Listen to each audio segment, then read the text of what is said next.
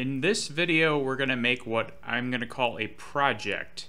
A project is a little different from a lot of the exercises that we've done so far in that a project is a solution with a goal. We're going to have an end product in mind.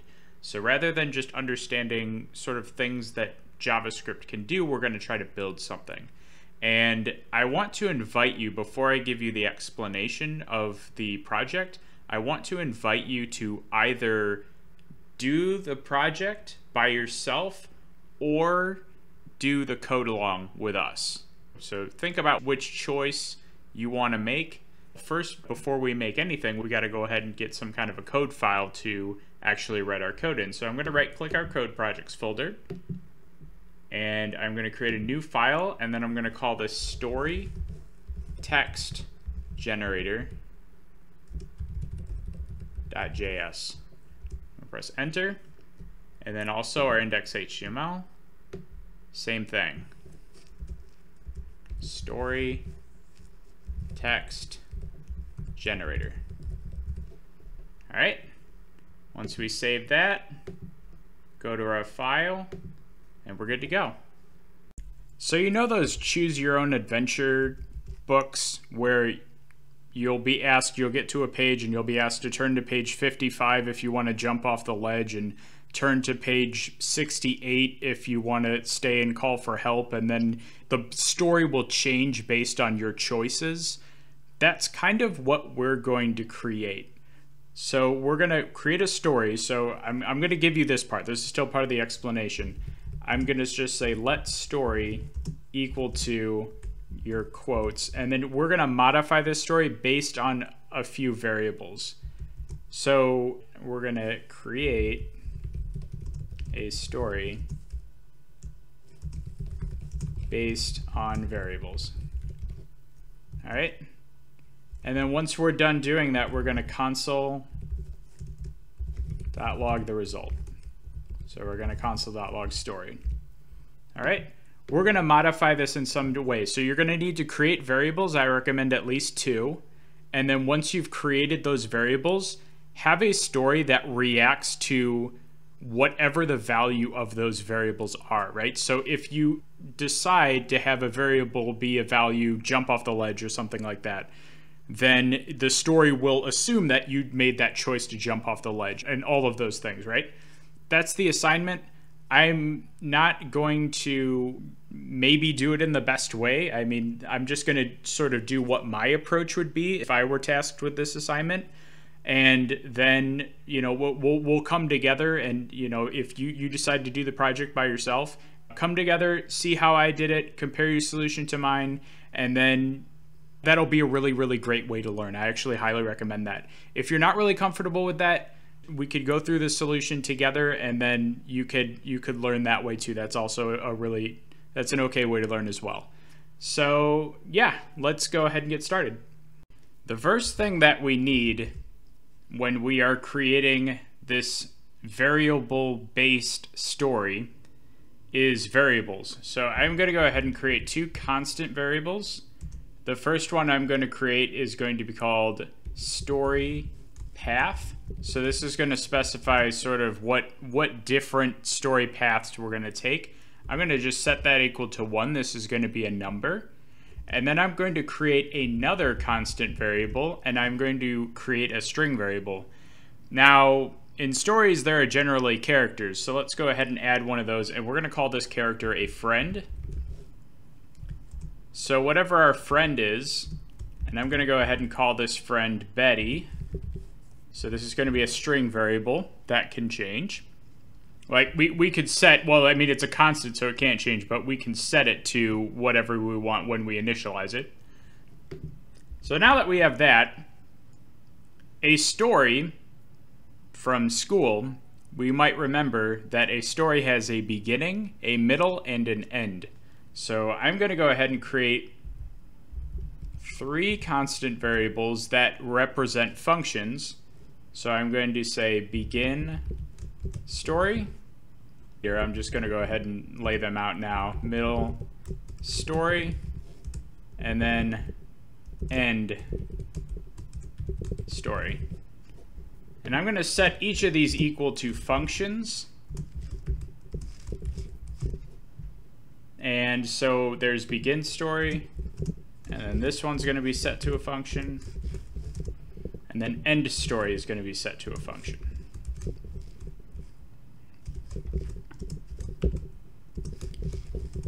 Now, when we create functions, if we want to use them, we have to call them, right? So I'm going to say begin story with the parentheses, and then middle story, parentheses calling it, and then finally the end story, parentheses calling it. Let's begin adding content to our story. The way that we're going to add content to our story is by changing this story variable. Right now it is an empty string. So I'm going to add content with our story by saying story is equal to story, whatever story is, which in this case it's an empty string, plus, and now I'm going to start adding my content to there. So I'm going to say, start off the story by saying, one day I woke up and went outside. It was scary. So I'm going to go ahead and end that. And then now, if I want my story to react to different things, I can make content based on what the story path is. So I'm going to make an if statement here, and I'm going to say story path, and then I'm going to create my block of code that writes the story if story path is equal to 1. Very important. So I'm going to check if story path is equal to 1, and then I am going to write my story. So story is equal to story plus, now let's say if story path is 1, let's say that we go to the mall. So I went to the mall with my friend.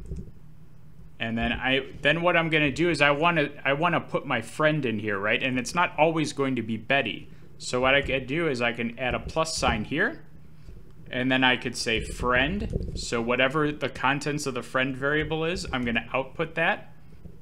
And then I'm going to say plus again, and then I'm going to put a period right there in quotes.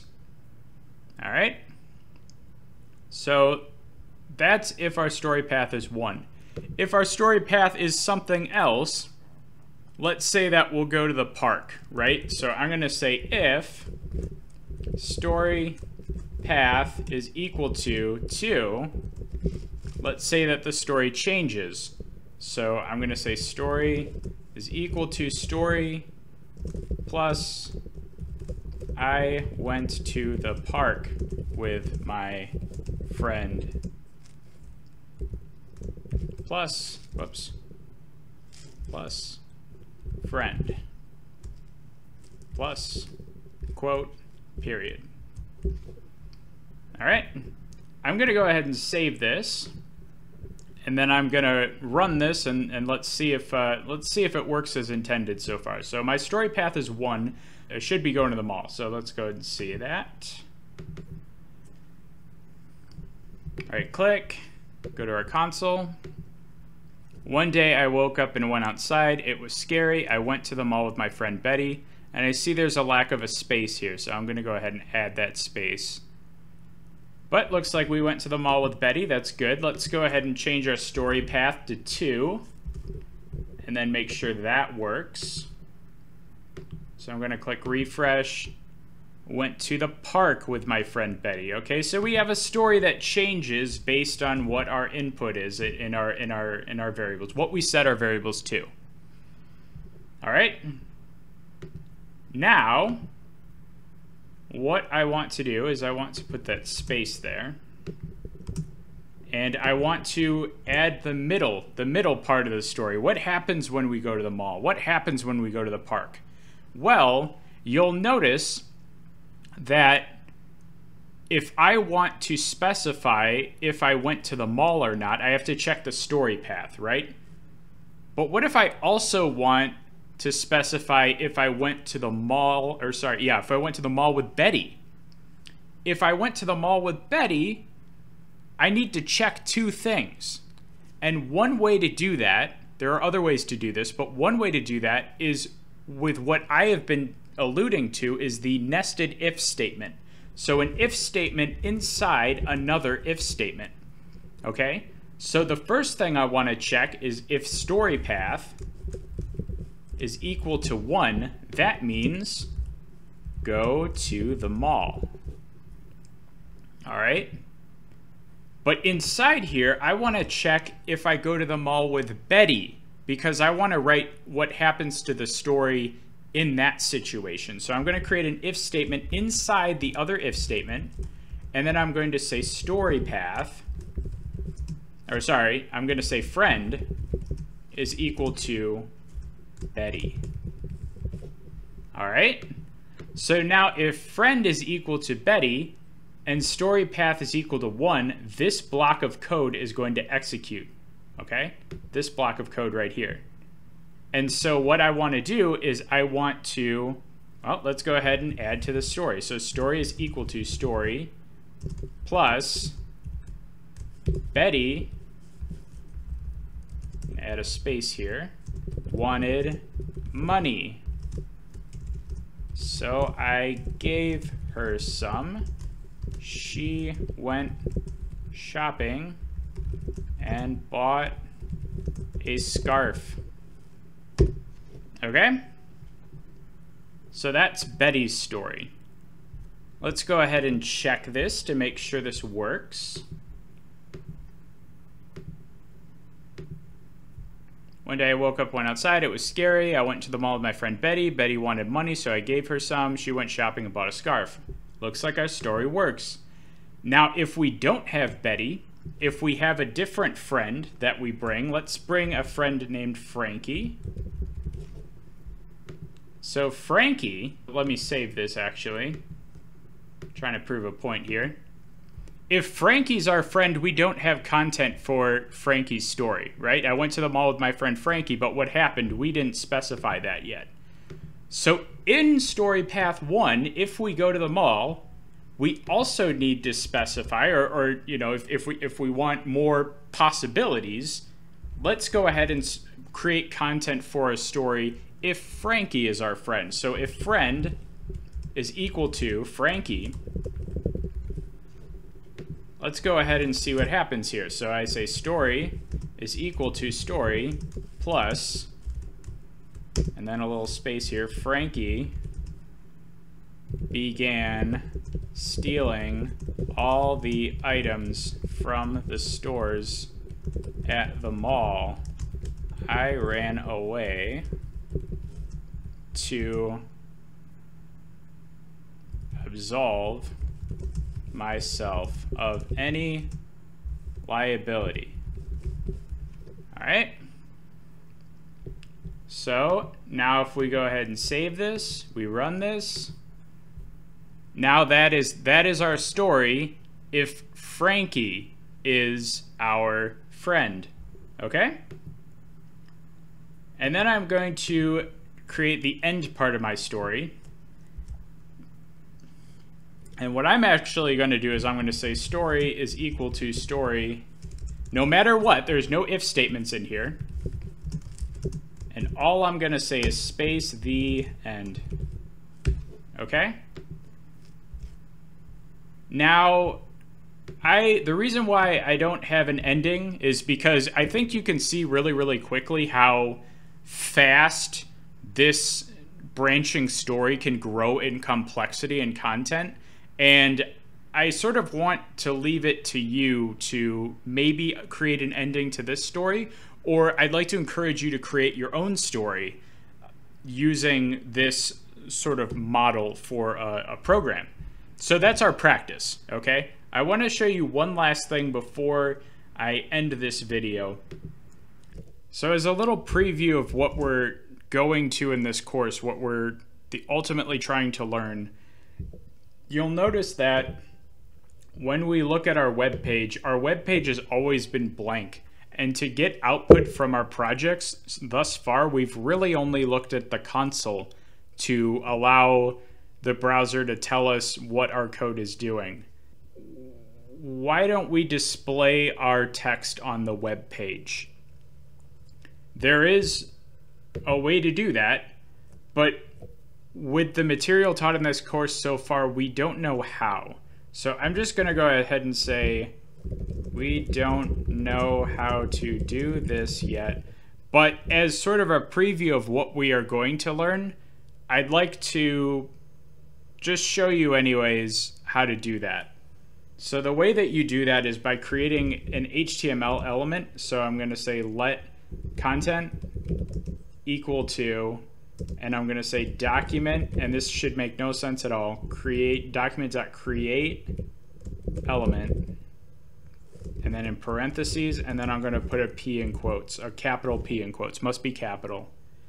And then I'm going to say content, so what we're going to put inside this HTML element is our .inner HTML. What we're going to put inside this HTML element is our story. And then the final line we have to do is document.body. And what on earth is this dot operator, right? We're going to get into that. Document.body.append child. And then we're going to put our content in there. And once we do that, so I'm going to save this, and I'm going to run this. Once we do that, we should see our text right here in our web page. So ultimately, our goal is understanding what on earth that dot operator is, right?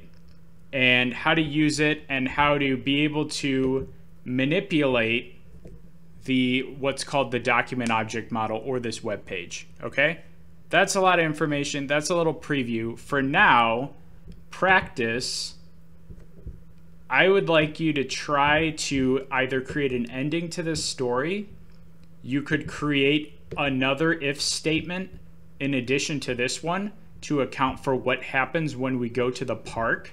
So for example, I'll create another if statement here. So if story path is equal to 2, what happens, right? Or better yet, you could create your own story with branching paths and then change your constants to see what happens in your story when you change your paths and you change your friend. All right? A lot of stuff to do for now, a lot of stuff to think about. Go ahead and take this time to practice, build something you like, and then I'll see you in the next video.